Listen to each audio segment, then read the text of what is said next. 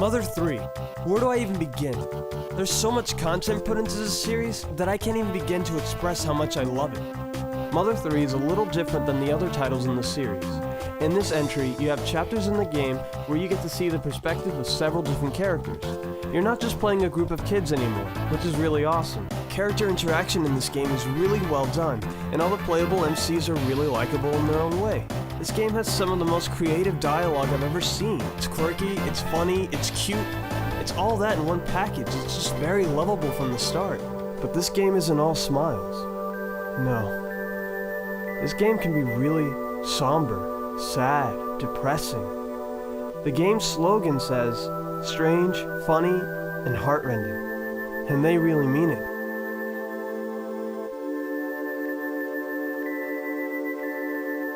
But it's not all bad, trust me. The happier moments outshine the gloomy ones. Like, check out this scene.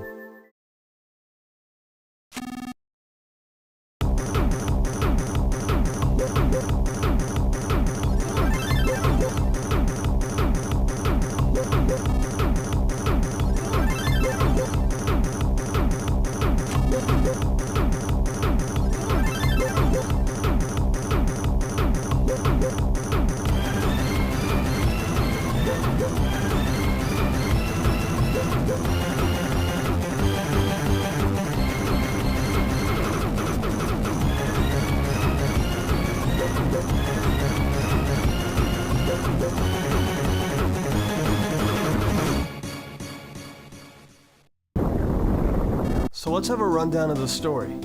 We got this group of radicals who basically want to rebuild the world, and for some reason Nowhere Island seems like an ideal place to start. And these guys aren't a joke either. We're talking about a bunch of guys who get off on making chimeras out of animals. They go by the name Pig Mask Army, and as the name implies, they're literally wearing pig mask. Anyways, they want to industrialize the town where you, the player, resides in. And that's not even a fraction of what the game has to offer. There's so much story going on in this game that if I had to explain it all, you probably wouldn't even believe half of the things I said. Plus, I really don't want to spoil the game for anyone who hasn't played it, because there's a lot going on. Now moving on to the gameplay. If you're a fan of previous installments to the series, then you'll be used to the gameplay you've come to expect. But Mother 3 now has a combo system that you tap the button to the rhythm of the song, and you can get up to a 16-hit combo.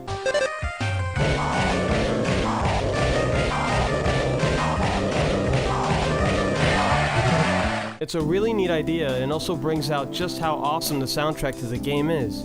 I mean, just listen to some of the music here.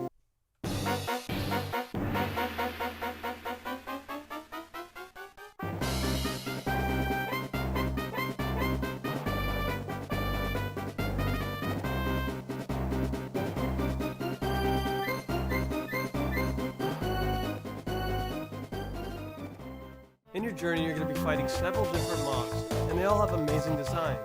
And you'll be fighting simple bats to jealous bass guitarists to things like, oh god, what is that? Oh Jesus, look at that thing! What is that? But yeah, things like that. The more you progress in the game, you'll soon reach the point of getting a permanent party. And then if you start feeling feverish, well, that's actually a good thing. Weird, right? But just level with me.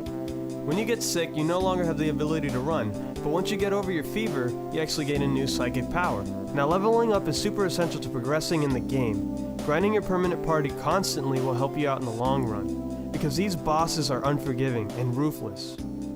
Yeah, it can sometimes feel like a chore, but it's not too bad. If you're looking for a game to sink hours into, with an entertaining story all the way to the end, then this game is for you. But the thing is, well, we never got it here. To the States. And honestly, that sucks. Because this game is something that I recommend everyone to experience. It's a story for everyone, and it covers a lot of themes that tend to happen in the world we live in. I mean, I'm really hoping when Lucas gets his announcement date for Smash 4, Nintendo throws a fast one at us and says something like, "We heard your cries! We're bringing Mother 3 to the West!" Wouldn't that be something? I mean, I can dream, right? Well, I guess my closing statement for this game is, if you have the chance, play it.